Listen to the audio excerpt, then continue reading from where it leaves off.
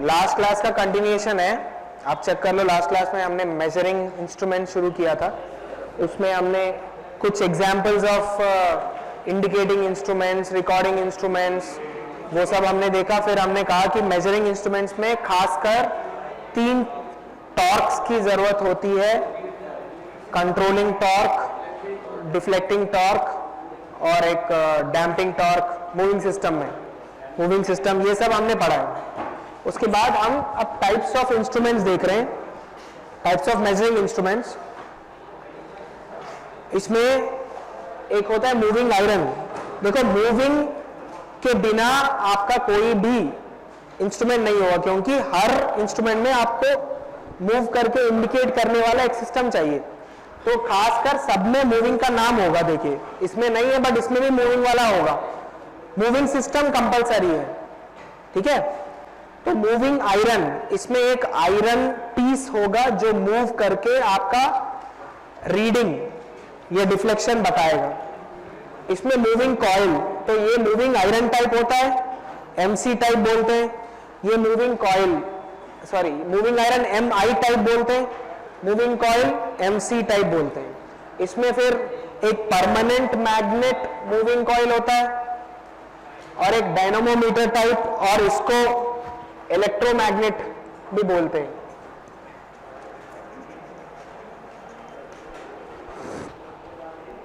या electrodynamic type भी बोलते हैं इसको। तो कॉइल, मूविंग कॉइल में आप या तो परमानेंट मैग्नेट यूज कर सकते हैं या दूसरा electromagnet. Instead of permanent magnet you can also use N electromagnet. और तीसरा है इंडक्शन टाइप, ठीक है।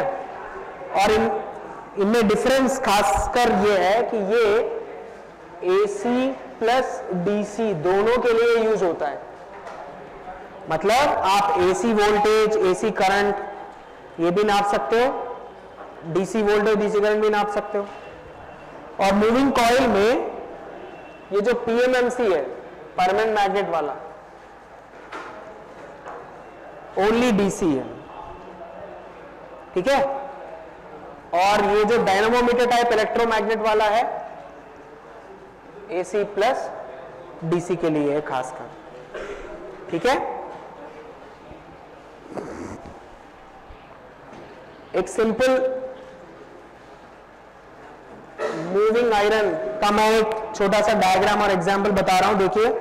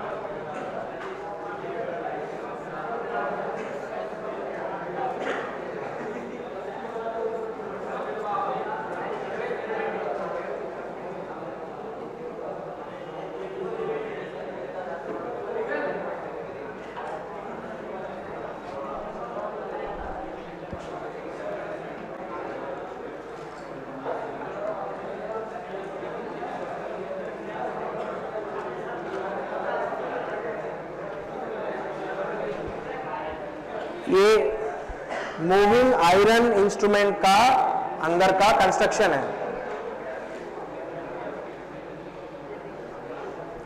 देखिए, मेजरिंग इंस्ट्रूमेंट्स क्या क्या नाप रहे हैं आप इससे, कौन से क्वांटिटीज, इलेक्ट्रिकल क्वांटिटीज, कौन से वोल्टेज, करंट, है ना। तो जब आप जिस लाइन में या जिस इक्विपमेंट के पास आप नापना चाहेंगे वो आप यहां कनेक्ट करेंगे, ठीक है, मीटर के। और ये वाइंडिंग है, कॉइल है एक तरह से। तो कॉइल को ऊपर नीचे रख के आपने क्या किया, इस कॉइल को कॉइल के बीच में आपने अपना एक आयरन बार कनेक्ट किया। मूविंग आयरन इसलिए कहते हैं क्योंकि ये मूवेबल पार्ट है ये वाला, और इससे आपने एक स्पिंडल टाइप की चीज लगा के आपने अपना इंडिकेटर लगाया। तो अगर ये ऊपर या नीचे होगा उसके हिसाब से आपका ये इंडिकेटर घूमेगा। तो इन दोनों के बीच में जो फील्ड है उसकी वजह से ये आयरन जो है मूव करके आपका इंडिकेशन बताएगा। तो इसमें सबसे पहले याद होगा आपको डिफ्लेक्टिंग टॉर्क चाहिए, उसके लिए आपका ये वाला काम आएगा।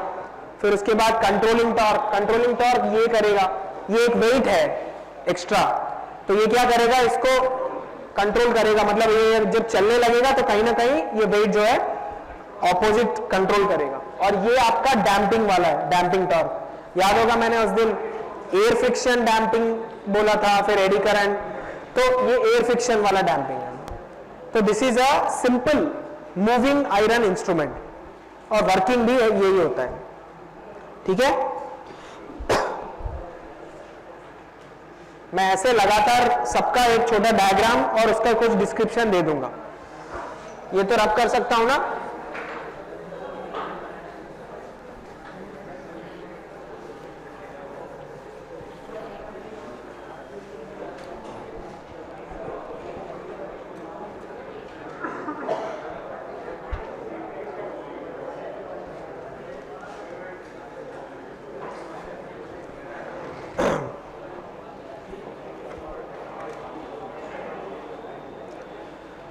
अच्छा, पीएमएमसी और ये दूसरा क्या था, डायनामोमीटर,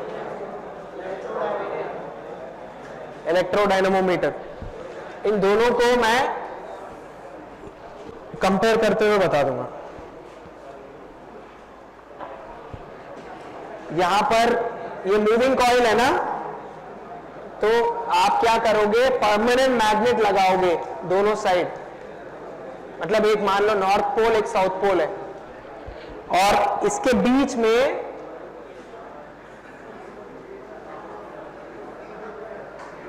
आप एक मूविंग कॉइल लगाओगे। ठीक है, और इस मूविंग कॉइल के इसको थोड़ा सा ऊपर लगा दो।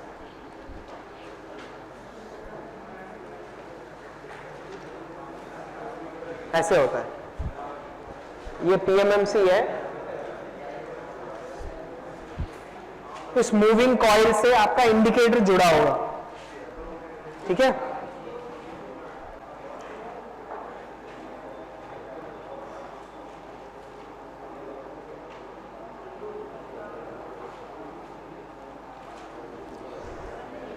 एक मूविंग कॉइल इसके साथ लगा होगा। परमानेंट मैग्नेट जो है ये इसका एक इस नॉर्थ और साउथ के बीच में एक फील्ड प्रोड्यूस होगा, और एनी क्या कहते हैं मैग्नेटिक फील्ड के अंदर अगर आपने एक कॉइल कैरिंग करंट प्लेस किया तो उसमें एक टॉर्क प्रोड्यूस होता है।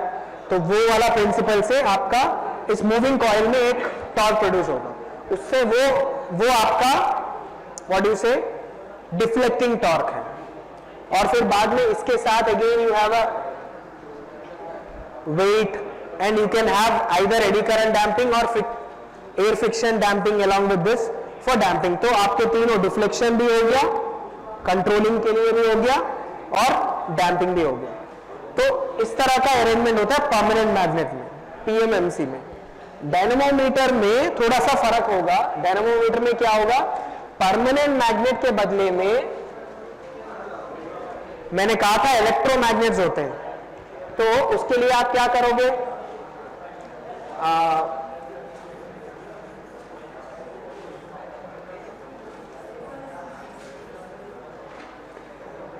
समझ में आया मैंने क्या किया, कॉइल से मैं मैग्नेट बना रहा हूं। This was a permanent magnet where coil की जरूरत नहीं है, सीधा सीधा आप एक मैग्नेट को लाकर रखते हो। यहां पर आप मैग्नेटिज्म बना रहे हो, आप मैग्नेट को बना रहे हो। कैसे बनाओगे, एक मैग्नेटिक बॉडी को लोगे और उसके ऊपर कॉइल वाइंड कर दोगे तो वो एक मैग्नेट बन जाएगा। तो you are trying to prepare an electromagnet in this. तो you have two coils,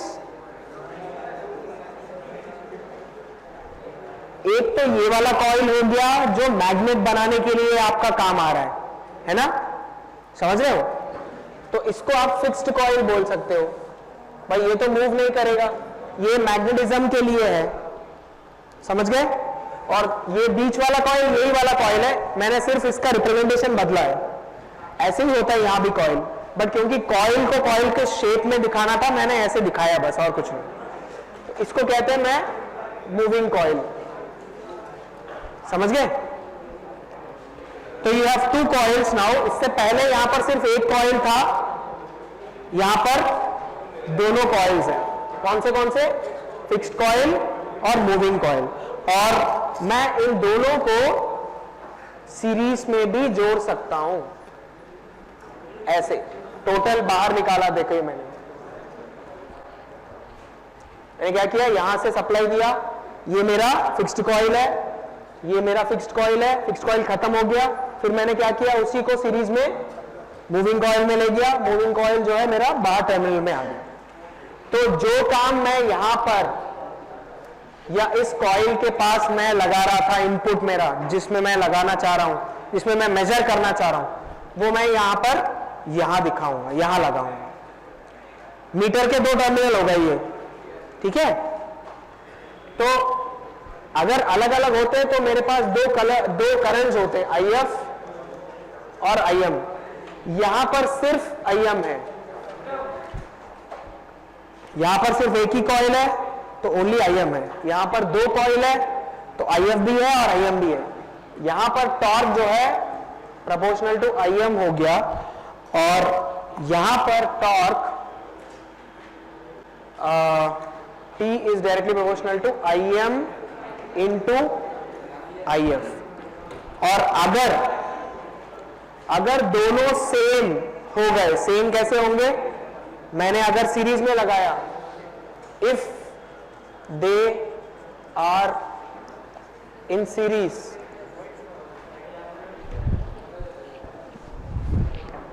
IM will be equal to IF, then T is proportional to I square, ठीक है? तो इसमें ज्यादा टॉर्क प्रोड्यूस हो सकता है, टॉर्क ज्यादा प्रोड्यूस हो सकता है, समझ गए? नोट कर लो ठीक से। और ये खासकर अगर सीरीज कनेक्शन है तो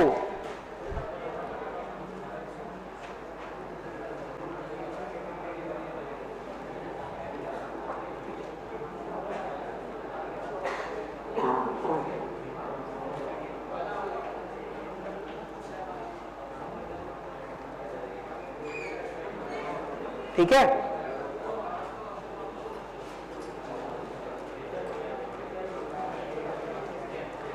अच्छा, इसमें जब हमने इनके नाम लिखे थे वहां पर हमने क्या लिखा, this is only DC and this is AC और DC दोनों के लिए।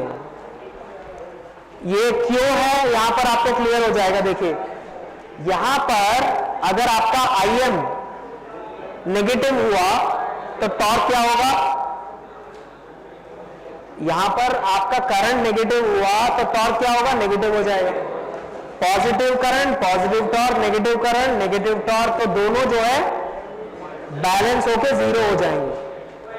अगर AC आपने AC के लिए यूज किया तो half cycle positive half cycle negative, तो यहां का टॉर्क दोनों कैंसिल आउट होकर जीरो हो जाएगा। इसीलिए ये DC के लिए जो यूनिफॉर्म और यूनि डायरेक्शनल होता है उसके लिए, यहां पर AC के लिए भी आप यूज कर सकते हो। क्यों, ये क्या है, स्क्वायर टर्म है, तो भले ही वो नेगेटिव हो आपका रिजल्ट पॉजिटिव आएगा। तो नेगेटिव वाला AC क्वालिटी को भी आप यहां पर नाप सकते हैं और टॉर्क जीरो नहीं होगा। समझ गए, यही खासियत है इसका। ओके, तो इसमें आप AC यूज नहीं कर सकते, इसमें आप AC और DC दोनों के लिए। DC में तो कोई दिक्कत ही नहीं है, पॉजिटिव होगा हमेशा तो स्क्वायर टर्म हो ही जाएगा। एसी में नेगेटिव भी आएगा पॉजिटिव भी आएगा, तो भी स्क्वायर की वजह से वो पॉजिटिव टॉर्क ही रहेगा। समझ गए?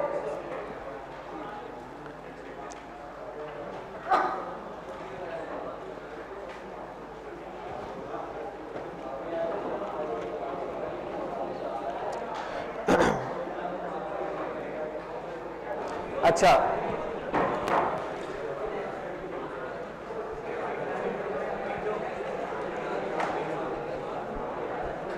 Indicates average value,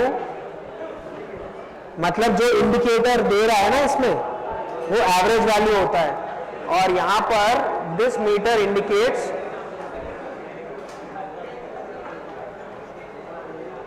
RMS value.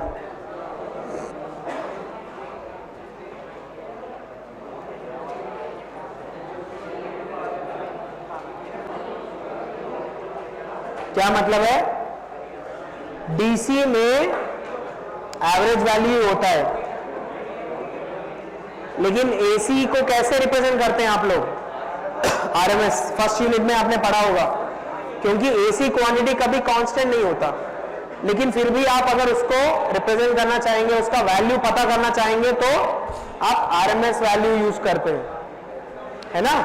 तो इसलिए ये वाला डायनेमोमीटर टाइप मीटर जो है वो आरएमएस वैल्यू देते हैं, और पीएमएमसी जो है एवरेज वैल्यू देते हैं। आपने कोई ईटी लैब किया है, उसमें मीटर्स यूज किया, तो एसी वाले ये वाले होंगे मीटर्स, और डीसी वाले ये वाले होंगे आपके, वहां पर जो भी आपने यूज किया होगा। ठीक है?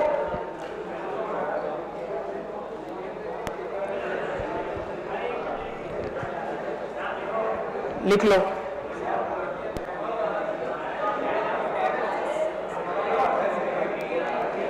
सिंबल डायनामोमीटर टाइप, यहां पर बताया था क्या सिंबल्स? नहीं, बाकी किसी और का बताया, पीएमएमसी का या एमआई का? सिंबल, सिंबल क्या बताया, दिखाओ।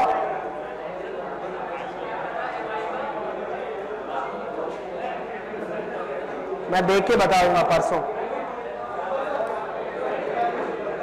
आपके पास है सिंबल?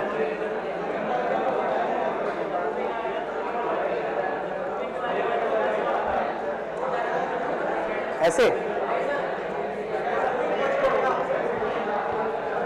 ऊपर से? अच्छा, चलो ठीक है, याद आ गया मुझे, बट मैं पता करके फिर परसों बता दूंगा। हाँ, ये डिफरेंशिएशन होता है, मूविंग आयरन मूविंग कॉइल वाले अलग अलग, और एसी और डीसी के भी अलग अलग, ये भी अलग अलग होते हैं।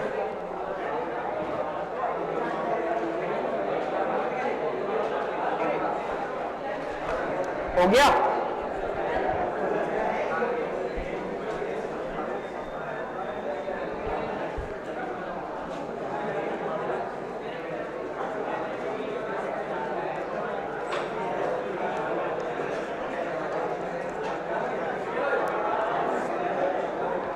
वॉट मीटर यूज किया है आप लोगों ने? किसके लिए होता है ये? Power measurement. इसमें एक चीज एक्स्ट्रा होगा इसमें, क्या?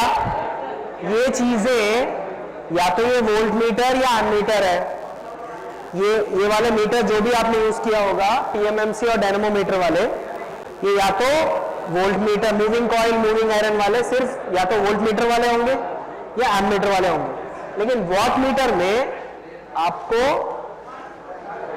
दोनों चाहिए हो। इज इट और नॉट?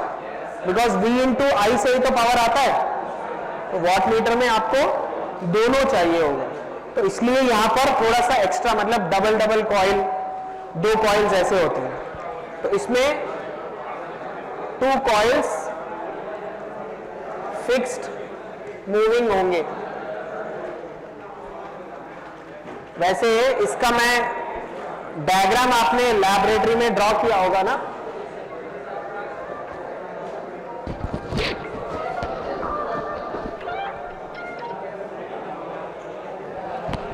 आपने डायग्राम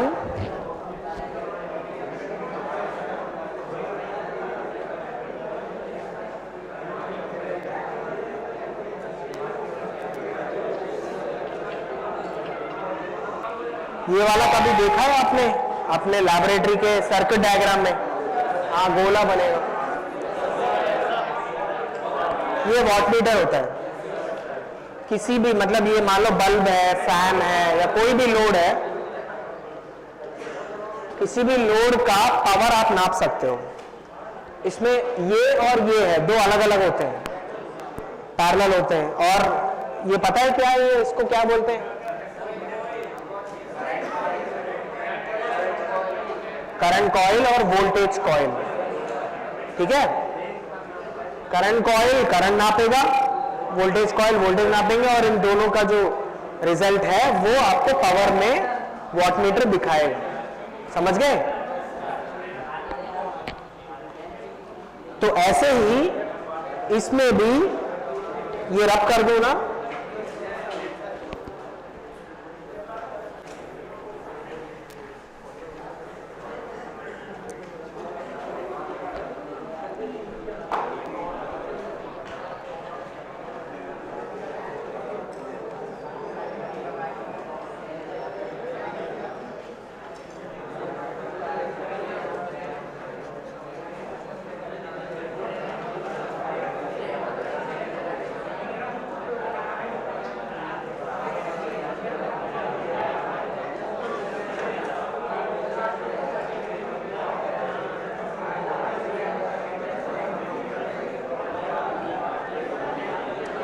ये देखिए डायनामोमीटर टाइप है। ठीक है, तो कुछ ये वाला डायनामोमीटर जैसा ही होगा ये भी, बिकॉज प्रिंसिपल वही है। देखिए इसमें भी फिक्स्ड कॉइल के बीच में एक मूविंग कॉइल, इसमें भी ये दोनों फिक्स्ड कॉइल है, सीरीज में लगे, और ये जाएगा लोड के पास, और इसके अक्रॉस इसी लाइन से आपने मूविंग कॉइल भी लगाया है। ठीक है, तो इसमें भी ऐसे ही था, और फिक्स्ड कॉइल के बीच में आपका मूविंग कॉइल लगेगा। और प्लीज याद रख लीजिए, यहां पर मैं इंडिकेटर नहीं दिखा रहा हूं, बट हमेशा इसमें और इसमें या इससे पहले वाले में मूविंग कॉइल के साथ आपका इंडिकेटर रहेगा। मैंने इंडिकेटर नहीं दिखाया आपको, यहां भी नहीं दिखाया, और वो पहले क्या है पीएमएमसी, उसमें भी नहीं दिखाया, बट मूविंग कॉइल के साथ एक इंडिकेटर रहेगा, क्योंकि मूविंग कॉइल इसलिए मूव करता है कि इंडिकेटर भी उसके साथ मूव करे। Moving coil is the base of moving system. समझ गए? तो मूविंग कॉइल से मूविंग सिस्टम चेंज होगा और इंडिकेटर भी चेंज होगा। तो ये आपका ये लोड हो गया, और ये एफसी फिक्स्ड कॉइल, ये भी फिक्स्ड कॉइल, और ये मूविंग कॉइल, और ये सीरीज रेजिस्टेंस हो गया, सीरीज रेजिस्टेंस। ठीक है,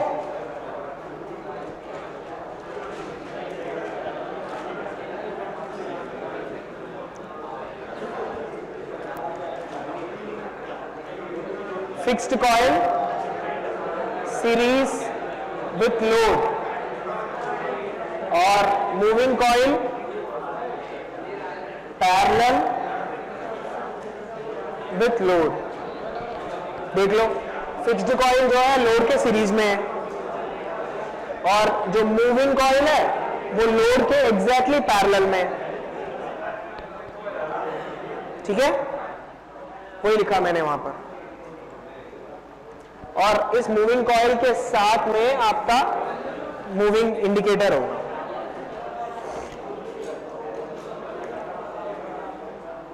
तो फिर बात वही है, फिर से दो फिक्स्ड कॉइल के बीच में आपका मूविंग कॉइल हो गया, फिर वही प्रिंसिपल, करंट दोनों में फ्लो करेगा, इन दोनों के बीच में, जैसे इससे पहले यहां बताया था वैसे ही, some current is flowing in these two and some current is flowing in these two, so there are two fields interacting and this moving coil will start moving, torque produce हो। तो लॉजिक फिर वही है। ठीक है, but इसमें यह है कि यहां पर आप दोनों पैरेलल में रखने से, यहां पर पैरेलल नहीं था कभी भी, यहां पर सीरीज में था, यहां पर पैरेलल रखने से एक कॉइल आपका करंट मेजर कर रहा है, ठीक है, और दूसरा आपका वोल्टेज मेजर कर रहा है, और दोनों का आपका product, total torque is directly proportional to product, voltage into current, ये हो, ठीक है।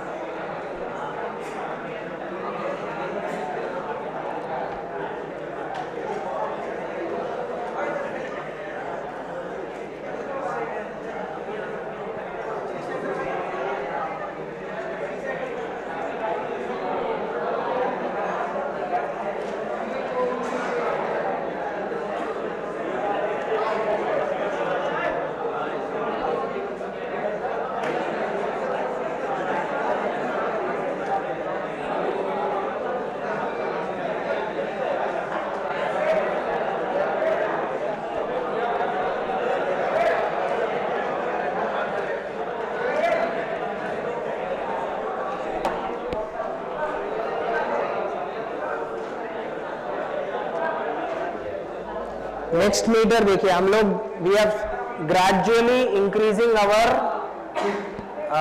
knowledge by first measuring voltage, then current, then power and then energy.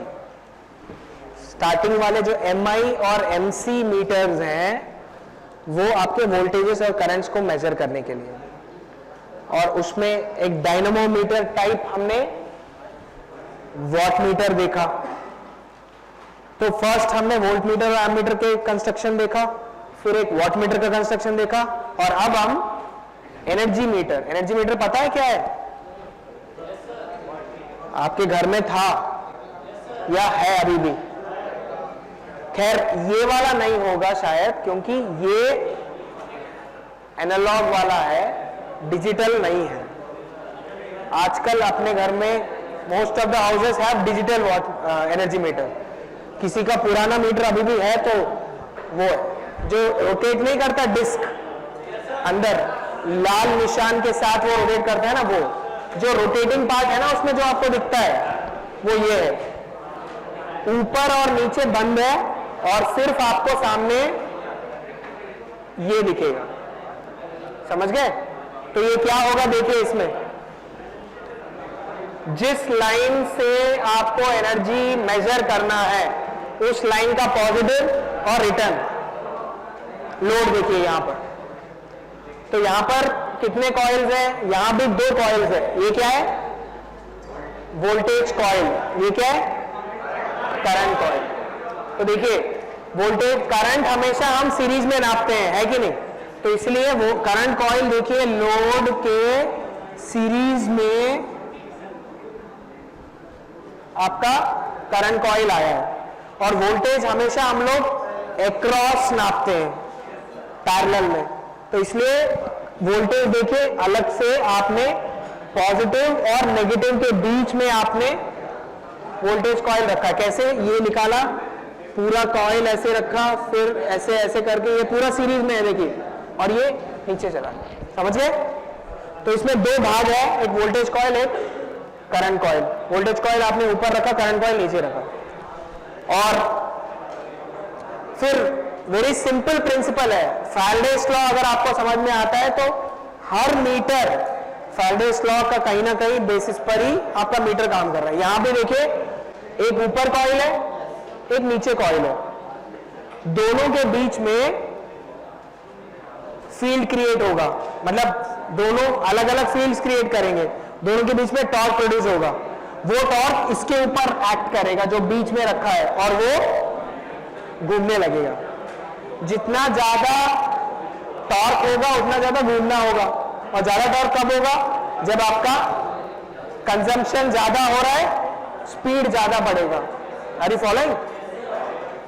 तो वो इन दोनों के बीच में, अच्छा इन दोनों के बीच में ये टॉर्क क्यों प्रोड्यूस होगा? क्योंकि ये वोल्टेज पैरामीटर है, ये करंट पैरामीटर है, और इसका इंडक्टेंस और इसके इंडक्टेंस में काफी फर्क है। यहां पर आपने देखा होगा कोर, बहुत ज्यादा कोर है, बहुत ज्यादा वाइंडिंग भी है। तो इसके और इसमें दोनों में there will be a phase difference. इसके फील्ड में और इसके फील्ड में फेज डिफरेंस होगा ऐसे करके। और दो फोर्सेस अगर फेज डिफरेंस के साथ है तो इन दोनों के बीच में एक रिजल्टेंट टॉर्क आएगा, रिजल्टेंट फोर्स आएगा।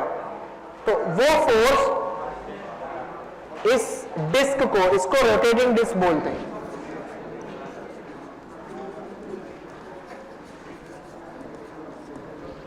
ठीक है, रोटेटिंग डिस्क। ये डिस्क फिर घूमना शुरू कर देगा। अगर करंट ही नहीं है, आप लोग कुछ कंजम्पशन ही नहीं कर रहे हैं, तो क्या होगा?